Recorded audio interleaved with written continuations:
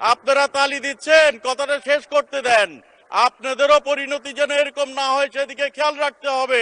ময়মনসিংহ ৯ আসন থেকে নির্বাচিত মাননীয় সদস্য জনাব ইয়াসের খান চৌধুরী। জনাব ইয়াসের খান চৌধুরী, আপনার সময় ৬ মিনিট। ধন্যবাদ আপনাকে। বিসমিল্লাহির রহমানির রহিম। মাননীয় স্পিকার, আপনাকে ধন্যবাদ।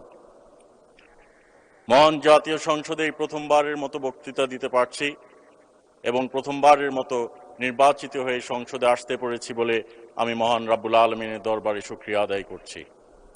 মাননীয় স্পিকার, আমি শ্রদ্ধাভরে স্মরণ করি মহান স্বাধীনতার ঘোষক শহীদ রাষ্ট্রপতি জিয়াউর রহমানকে, যার জন্য, যার পরিচয় দিয়ে, যার গঠন করা দলকে দিয়ে আমরা আজকে রাজনৈতিকভাবে, সামাজিকভাবে প্রতিষ্ঠিত হতে পেরেছি। মাননীয় স্পিকার, আমি শ্রদ্ধাভরে স্মরণ করি আমার মরহুম পিতা সাবেক সংসদ সদস্য আনোয়ারুল হোসেন খান চৌধুরী সাহেবকে, যার পথ ধরে নান্দাইলের জনগণ আমার উপর আস্থা রেখেছে, বিশ্বাস রেখেছে এবং আমি এই সংসদে নির্বাচিত করে পাঠিয়েছে। মাননীয় স্পিকার, আমার অবহেলিত নান্দাইলের জনগণের প্রতি আমি শ্রদ্ধা নিবেদন করি, চিরকৃতজ্ঞ। তারা বারবার আমার পরিবারের প্রতি আস্থা রেখে এই মহান জাতীয় সংসদে প্রতিনিধিত্ব করার জন্য আমাকে এবং আমার পূর্বপুরুষদের এই মহান জাতীয় সংসদে পাঠিয়েছিল সংসদ সদস্য নির্বাচিত করে। মাননীয় স্পিকার, নান্দাইলের একজন কৃষকের স্বপ্ন, একজন যুবকের স্বপ্ন, একজন শ্রমিকের স্বপ্নই আমার স্বপ্ন। মাননীয় স্পিকার, তাদের স্বপ্ন বাস্তবায়ন করার জন্য আমি ওয়াদাবদ্ধ, তাদের এলাকার উন্নয়নের জন্য আমি ওয়াদাবদ্ধ, প্রতিশ্রুতিবদ্ধ।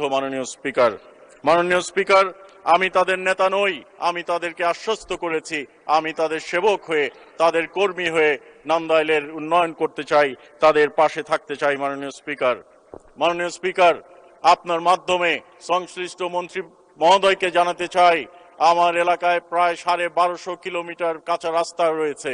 এই রাস্তাগুলোর খুব করুণ দশা। মাননীয় স্পিকার, রোগী যদি রাস্তা দিয়ে নিতে হয় তারা আরো অসুস্থ হয়ে পড়ে, মৃত্যু হয়ে পড়ে এবং গর্ভবতী মায়েরা হাসপাতালে যেতে পারে না, রাস্তার যেই করুণ দশা। মাননীয় স্পিকার, আমি বিনীতভাবে অনুরোধ করতে চাই, আমাদেরকে এই সংসদে পাঠিয়েছে তাদের প্রতিনিধিত্ব করে তাদের এলাকার উন্নয়নের জন্য।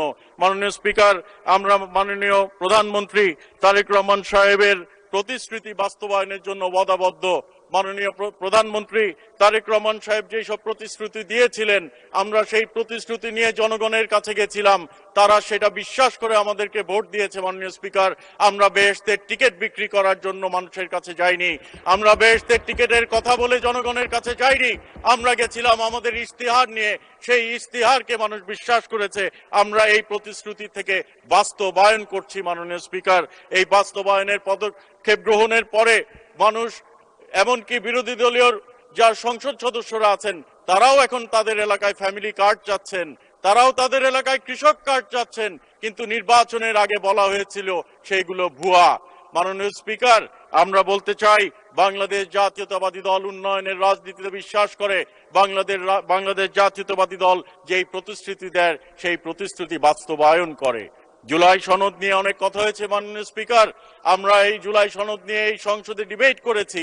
আমি খুব স্পষ্টভাবে বলতে চাই, মাননীয় স্পিকার, জুলাই সনদ অবশ্যই মাননীয় প্রধানমন্ত্রী বলেছেন বাস্তবায়িত হবে, তবে যে এই জুলাই সনদ বাংলাদেশ জাতীয়তাবাদী দল দক্ষিণ প্লাজায় সই করেছিল, সেই জুলাই সনদ বাস্তবায়ন হবে। মাননীয় স্পিকার, এর মধ্যে কোনো ইফস এন্ড বাটস নাই।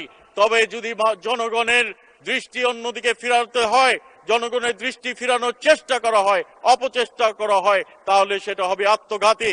আওয়ামী লীগ যেভাবে, মাননীয় স্পিকার, 1971-কে নিজেদের দলের সম্পত্তি মনে করেছিল, কেউ যদি মনে করে জুলাই সনদ তাদের নিজস্ব সম্পত্তি, সেটি হবে ভুল, সেটি হবে আত্মঘাতী।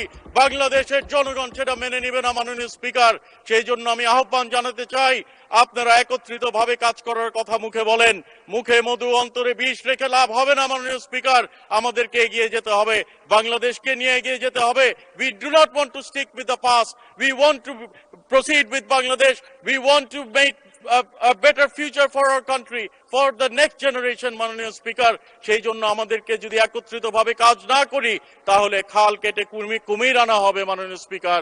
কাজেই আমি ওনাদেরকে দায়িত্বহীন কণ্ঠে এবং তাদেরকে আমি আহ্বান জানাতে চাই যেন আমরা বিরোধিতার জন্য বিরোধিতা না করি। ডিবেট হবে, আপনাদের সংসদ সদস্যরা অনেকে বলেন ডিবেট করব, ডিবেট করেন, কিন্তু আমরা কোনো ন্যারেটিভ তৈরি যেন না করি যে বাংলাদেশ জাতীয়তাবাদী দল অথবা আপনাদের জোটের যে দলগুলো আছে তারা জুলাই সনদ নিয়ে কোনো বিতর্ক সৃষ্টি করছে।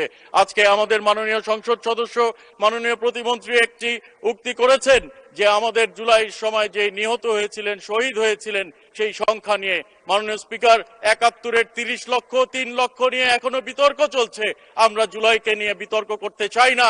৫০ বছর, ১০০ বছর পরে এই জুলাইয়ের শহীদদেরকে নিয়ে আমরা কোনো বিতর্ক রেখে যেতে চাই না মাননীয় স্পিকার।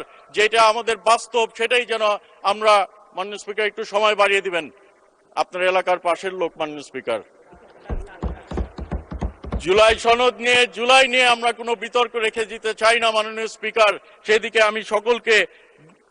সেদিকে সকলকে আমি নজর দেওয়ার জন্য বিনীতভাবে অনুরোধ করতে চাই মাননীয় স্পিকার।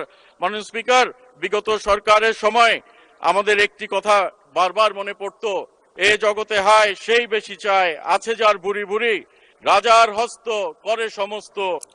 ধন্যবাদ মাননীয় সদস্য। আমাদের কনস্টিটিউয়েন্সি থেকে আপনি অনেক দূরে, তারপরেও 2 মিনিট দেওয়া হলো আপনাকে। ধন্যবাদ। ধন্যবাদ মাননীয় স্পিকার, ধন্যবাদ মাননীয় স্পিকার। কাঙালের ধন চুরি করতে করতে এমন পর্যায়ে চলে গেছিল তারা মাননীয় স্পিকার, তাদেরকে দেশ ছেড়ে পালাতে হয়েছে। গোটা সংসদ, তথাকথিত ক্যাবিনেট এবং কি প্রশাসনের কিছু লোকদেরকে নিয়ে মাননীয় স্পিকার, আঞ্চলিক ভাষায় বলতে হয় তারা ভাগছে, দেশ থেকে পালায় গেছে মাননীয় স্পিকার। এমন পরিণতি যেন আমাদের না হয় সেই দিকে আপনাদেরকেও এই দিকে খেয়াল রাখতে হবে। আপনারা তালি দিচ্ছেন, কথাটা শেষ করতে দেন। আপনাদেরও পরিণতি যেন এরকম না হয় সেদিকে খেয়াল রাখতে হবে। খাল কেটে কুমির আনবেন না, এমন কাজ করবেন না যেন বাংলাদেশের জনগণ আবার সেই ফ্যাসিস্টরা মাথাচাড়া দিয়ে উঠতে পারে। কাজেই আপনাদেরকে সেদিকে খেয়াল রাখতে হবে এবং আমাদেরকে, মাননীয় speaker, Bangladesh should be a super power. আমাদের মাননীয় প্রধানমন্ত্রী সেই দিকে এগোচ্ছেন, কাজ করে যাচ্ছেন, অক্লান্ত পরিশ্রম করছেন। আমরা দেখেছি অতীতে ভিভিআইপি মুভমেন্টের সময় রাস্তা ঘন্টার পর ঘন্টা বন্ধ করে রাখা হতো, রুগী অ্যাম্বুলেন্স দিয়ে যেতে পারতো না, শিশুরা স্কুলে দেরি হয়ে যেত, বাচ্চারা, ব্যবসায়ীরা ব্যবসা করতে রাস্তায় ঘন্টার পর ঘন্টা অপেক্ষা করতে হতো। মাননীয় স্পিকার, আমাদের মাননীয় প্রধানমন্ত্রী তারেক রহমান সেই প্রথা ভেঙে দিয়েছেন। নিজে এখন সিগন্যালে দাঁড়ান, এই প্রথাগুলা যে গঠন হয়েছে, এই প্রথাগুলা যে তিনি করছেন সেগুলা যেন অব্যাহত রাখে, সেই জন্য আমাদেরকেও তাকে সহযোগিতা করতে হবে। মাননীয় প্রধানমন্ত্রী একা চেষ্টা করলে হবে না, সামগ্রিকভাবে we need to work as a team to build Bangladesh. We need to work as a team for the betterment of our country and for the betterment of democracy, Mr. Speaker. আমি আর বক্তব্য বিলম্ব করতে চাই না। So I appeal to the honorable members of the opposition in parliament, let us be united, let us build the country, let us work for the betterment of the country. And Thank you very much indeed. Thank you very much indeed. Thank you.